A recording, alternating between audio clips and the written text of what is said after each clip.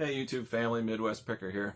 I know you're tired of hearing it. It's July 3, 2020, and it is hot. I've been outside a lot today, and I'm in Michigan. I know there's people watching this that it's hotter where you're at, but 93 degrees and 58% humidity, that's crazy hot. So anyway, I know people have it worse, especially down in the southeast, Georgia, Alabama, Mississippi, Louisiana, Arkansas. I know it's really hot there.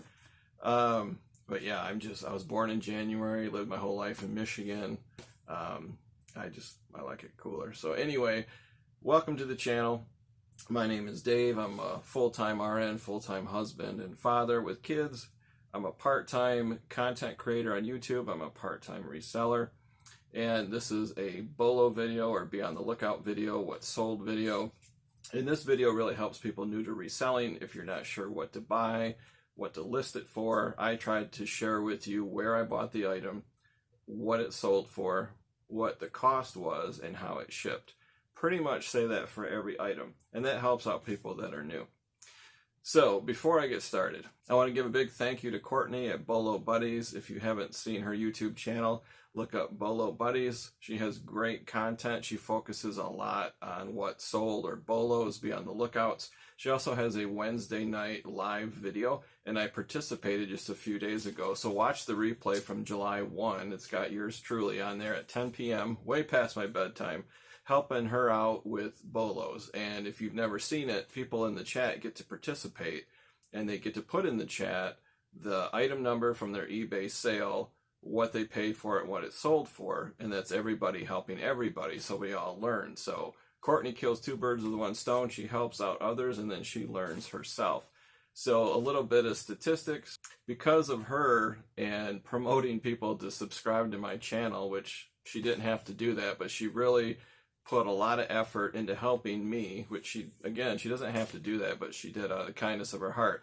I went from 722 subscribers to this channel to 780 in one day. And it's still slowly climbing up. In one day, I've never had that many subs in my life. That's crazy.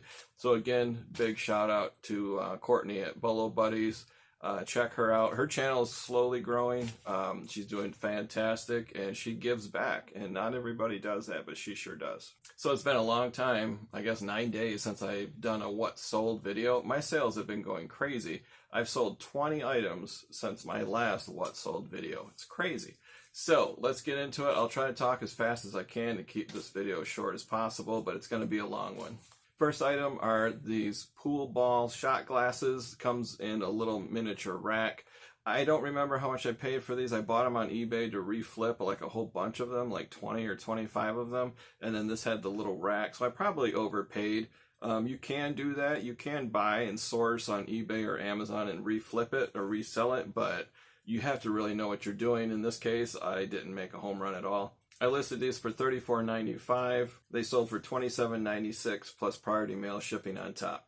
And the person who bought these was someone during Dominic's Cha-Ching-a-thon. So if you don't know Primetime Treasure Hunter, he's a YouTuber. His name is Dominic. He tried out this new thing called the Cha-Ching-a-thon. And you'll have to go watch the replay, but we buy from each other in the chat, and somebody in the chat bought these from me. Next one is a vintage pocket knife. I think it's made in Ireland, and the brand, I don't remember the brand. It's in the description here. I bought a whole bunch of pocket knives from What the Hales. That's another YouTube content creator, Jeremy and George. The channel name is called What the Hales. They do an auction every Sunday night from about 9 p.m. to 11 p.m. So if you want to buy bulk lots to resell, they're a fantastic channel, fantastic people to buy from. I bought a lot of knives. I don't remember how many now, 43 or 44, about half new, half used. I like the used ones the most, and they've been selling steadily. I probably have broken even or more by now, and I still have half the knives to go. So this one was $19.95. I put it on sale. It's not super valuable. I got a best offer of $11, so I took it. Next one is two pool ball shot glasses. These are like replacements, so people do buy replacements. Just a minute ago I talked about the full set I sold, but other people have the full sets and then they break some of them and they need replacements. So I sold these 2 replacements. These were listed for $9.95 for just 2, and I put them on sale at $7.96, and they sold plus shipping on top. This next one's a nice little lesson. I got this at a thrift store. This is like railing or stairwell or railing hardware in a bag. It's a particular kit with an item number and a serial number, so people are looking for this particular one. Sourced it only for $1. It was new in the package. It's hardware, kind of has to do with the tool category, so I knew it would sell eventually. It's not real heavy, it's a lot of plastic, so it did go first class, and I sold it for $15.95 full asking price, plus first class shipping on top. Next one is a movie poster. In earlier videos, I did an unboxing of Mr. Buys a Lot. That's Brian in Pennsylvania. If you don't know him, check out his YouTube channel, Mr. Buys a Lot. He doesn't have auctions on his YouTube channel yet, but he sells wholesale lots. So pin bag buttons, movie posters, ephemera, paper products, you name it. It has tons and tons of bulk. Go to his YouTube channel. In the description, it tells you the rules on how you do that. You have to put something in the comments and email him. So I bought a bunch of movie posters from him. I think I bought 61 posters from him. Super good guy, super ethical, works well with you, has awesome prices. So these posters have been selling slowly. They're very vintagey, so if you don't know the movie, you're not going to buy it. So when you sell vintage collectibles, it's not like selling a pair of tennis shoes or a t-shirt. Anybody that fits that can buy it. These are movie posters, so unless you're a fan of the movie, you're probably not going to be interested in buying it. So they are a long tail item. This is the movie Drum, and if you want to look up some history, this is considered blaxploitation. I'll put the word up here. You can go to Wikipedia or Google that if you want. Cost of goods is about $4.44 when you divide it up for what I paid for what I got. I'm not sure what I listed it for, but I took a best offer of $9, and for some reason the screenshot on my eBay app on my phone included the taxes. So that was weird. I don't know why, but the best offer for this, if it's here or here, is $9. Next is an old Morgan dollar. Pretty rough condition, not bad. Can't remember what I listed it for. Probably $22, $24. I took a best offer of $18 plus shipping on top. Next one is an awesome BOLO, and this is another lesson too. If you're not into tools and parts, that's fine. You don't have to be. I'm not into fabric and yarn, but I still buy it to resell it because I know quality and I know what to buy. So for example, yarn, if it's brand new in the bundle and it's a brand I've heard of and I can get it cheap, I'll buy it. I don't have to be a yarn expert to do that. Same thing with this. You don't have to be a tool or parts or home repair expert. This is Andersen brand handle lock set. So you know Pella and you know Andersen, you know the top brands. So I saw this in a mom and pop thrift store, my secret little honey hole. It was in the box. It was $2. I opened it up and it appeared that all the parts were there. And even if they're not, people will buy individual pieces and parts. But I didn't even look it up on my eBay app. It was Andersen, the original box. I grabbed it. It was a Lowe's hardware store return. So I got home, I did some research, and they're not real common, but they're very expensive. So I made sure all the parts were there, nothing was missing, the instructions were there. I took great photos of all the parts, and I said in the description the instructions are included, all the parts are there. This was a store return. Didn't take long at all, took about 2 weeks maybe, and it sold for $59.95 plus shipping on top. My cost of goods was $2. Next item is a lapel pin. This is a long story. I'll try to put the episode up here somewhere. I talk about these lapel pins. I basically source these for free. I've just had them in my personal collection for many, many years, since the 1980s. This is a tractor pull tractor. Listed it for $29.95. Took a best offer of $25 plus shipping on top. Next one is old technology. Some people laugh at this or they're not sure if they should buy it or not. This was a little high. It was $4 was my cost of goods. I got this at a Goodwill. The only reason I bought it is because it had the original box. So it's not new, it's used, but it has the original box, which is very helpful when you sell it. But this is an external 3.5-inch floppy drive. If you're a computer nerd like I am, you know exactly what this is. But it's USB powered. So this is kind of like in between technologies. Some people do have computers from, I don't know, early 2000s that have USB, but they also have data on a floppy drive, so they need some way to read it. So I did test it. I plugged it into my laptop. My laptop detected it. I could open I could read the files. I couldn't open the files because I have Windows 10. So I believe you have to have something much older than Windows 10 to actually open an old file. So I do have a lot of floppy disks with old files on them. I just couldn't get them to open up. But that doesn't mean the drive doesn't work. So I did put all that in the description. You need an older operating system to read older files, whatever. This sold for $22.95 plus shipping on top. And again, my cost of goods was a little high, $4. Whew. It's getting hot in here.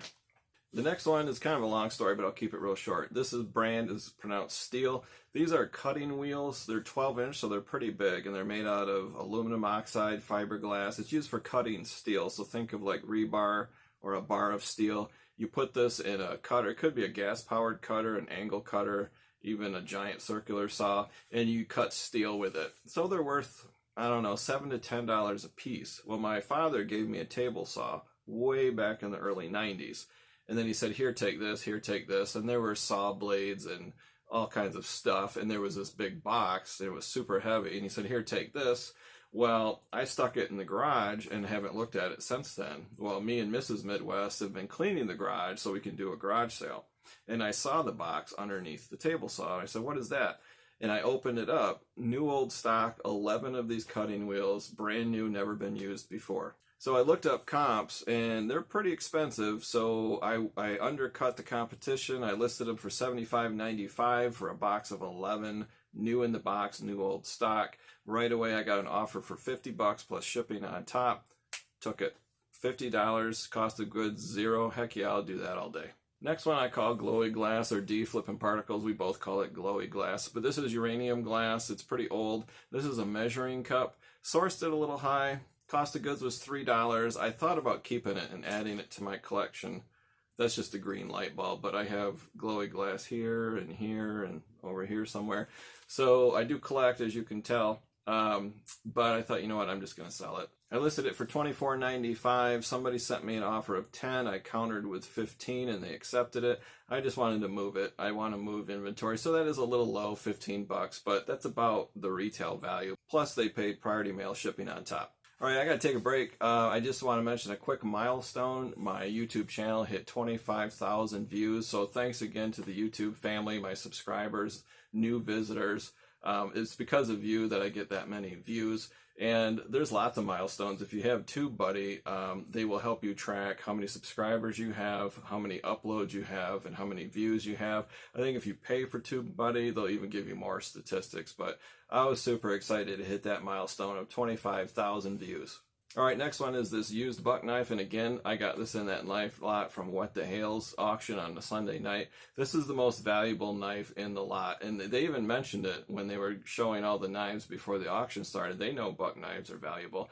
That's the thing I like about the Hales, Jeremy and George. They're very ethical people. They do not cherry pick anything that they sell. If they're going to sell 50 bundles of yarn or a box of knives or pinback buttons or paper, ephemera, they don't first go through and take all the valuable stuff out for themselves and then just bundle the junk and then sell it in an auction lot. Some people might do that. They don't do that. They want you to be successful just like they're successful. If they cherry pick this stuff, people would slowly stop participating in their auction and stop buying this stuff. So they don't do that. So this is proof of that. This is a very good knife. It's kind of rough. The brass ends are a little dinged up. I cleaned it with some WD-40, made it look really nice, took some good pictures. I listed it a little high, $49.95. I wanted to get about $30 for it. Took a couple months, but then somebody sent me an offer for $30, exactly what I wanted, plus shipping on top, and it sold.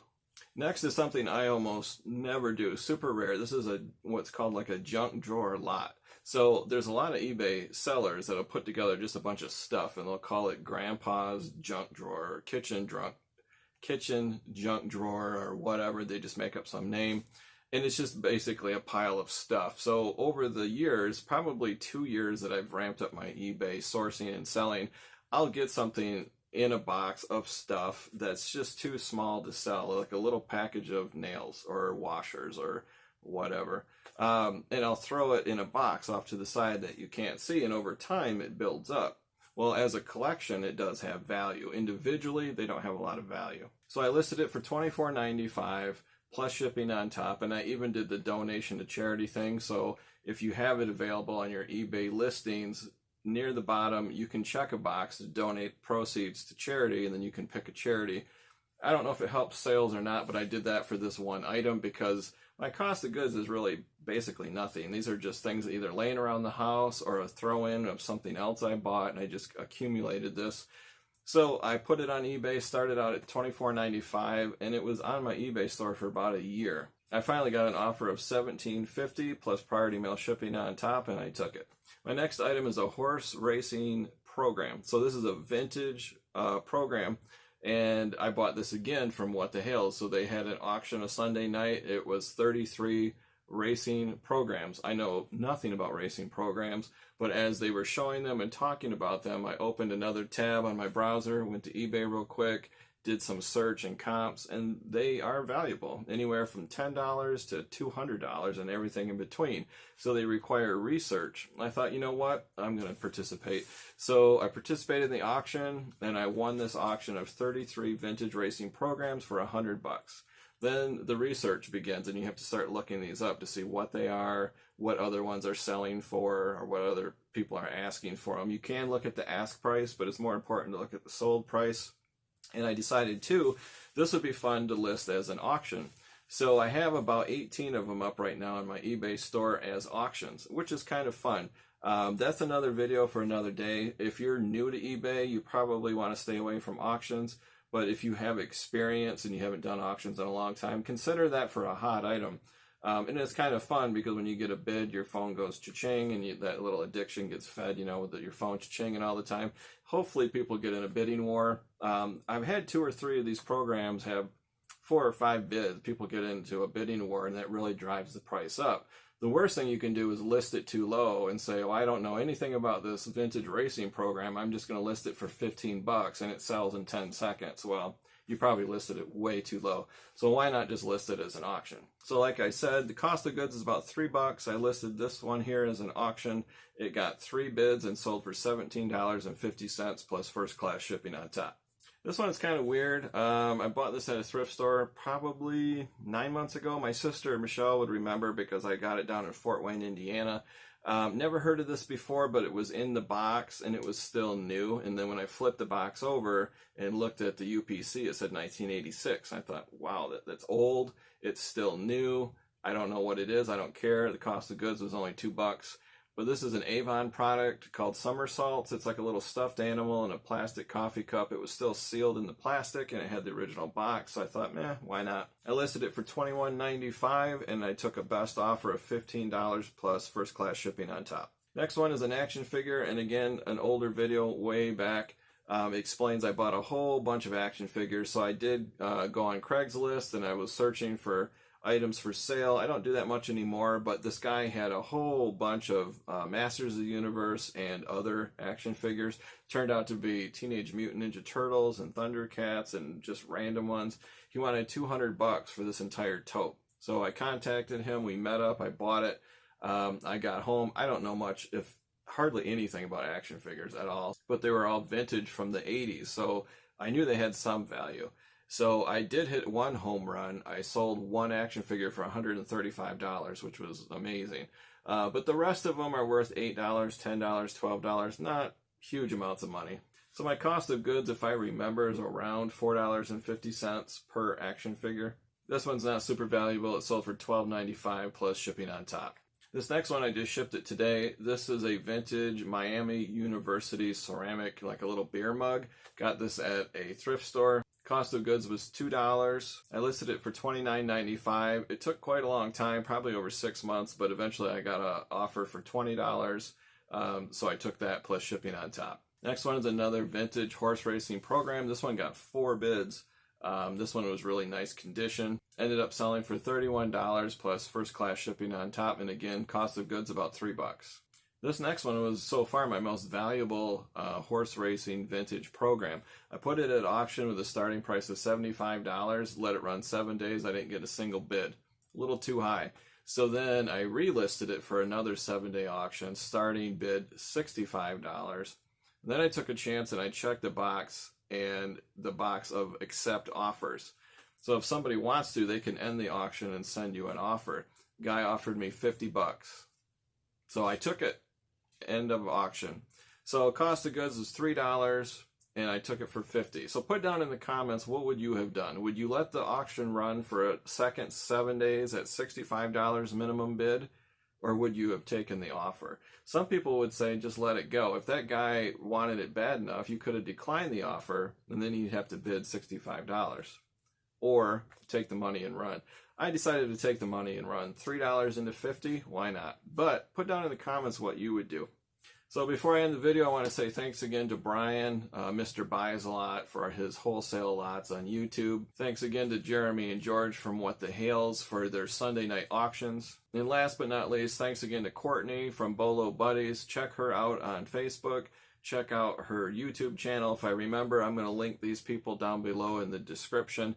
If you like the video, guys, give it a thumbs up. If you're new to the channel, subscribe and hit that bell icon. If you have any questions at all, go to MidwestPicker.com. You can connect with me on Instagram. You can check out my Mercari and eBay store if you feel like it.